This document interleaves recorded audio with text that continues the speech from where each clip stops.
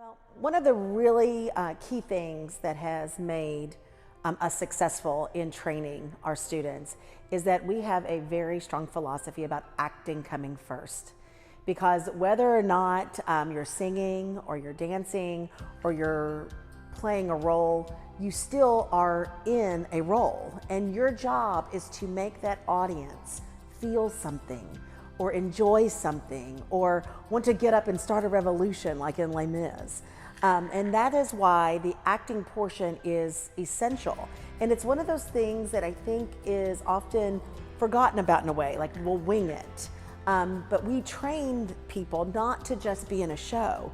We trained them how to prepare a role, how to connect to the audience and to connect with whoever they're in that performance with.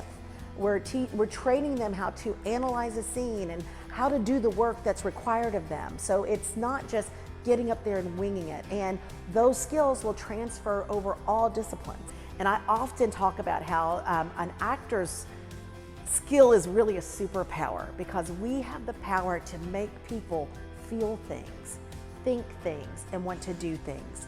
So the crux of the acting program has to do with visually storytelling in truth and connectedness. And once we discover how to truthfully connect, then we're going and applying those things. I mean, we're gonna cover the monologue audition, the cold read audition, the on-camera self-tape audition, which many of our students are having to do this now to get into programs, summer programs and college programs and performing arts high schools.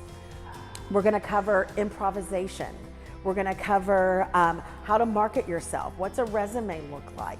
And then we do offer that on-camera opportunity. So a little commercial acting, a little TV and film, because we want our actors to be versatile so that they have the different technique switches. Because if you're a really good actor, it shouldn't matter what the venue is or what the job is. You should be able to handle it and prep for it no matter what it is. And it's about being versatile, and it's about learning a process and honing those skills so that when those auditions pop up, it's not, oh my gosh, I've got an audition, I've got to hurry up and take tap lessons, I've got to hurry up and learn a monologue. Our students are ready to go, and they already have that stuff prepared at any given time.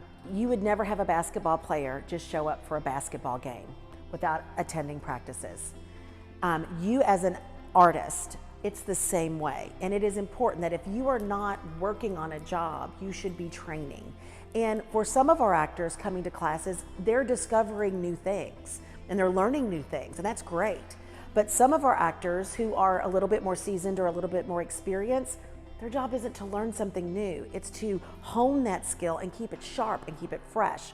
So we have all these varying levels within a class, but all actors should be practicing their skills. They should be practicing cold reads, improvisation, prepping monologues, doing character attack and scene work, all of those things, because when an audition happens, it's just another thing that you would normally do during a week of class, and therefore the pressure's off, and you just get to focus on getting to perform in front of a very small audience at an audition. And what I like to say is that my actors are the best people at getting jobs, because they know how to prepare for their interviews and they know how to sell themselves for the role they're gonna play. And if I never have a kid get up and win an Academy Award, I know they're not gonna have any trouble going in for a real world job interview or to work with a team. But we're covering everything in our acting classes that you would if you were going to a performing arts school, if you were going to take acting as a college class. And we're also making those connections to the other disciplines.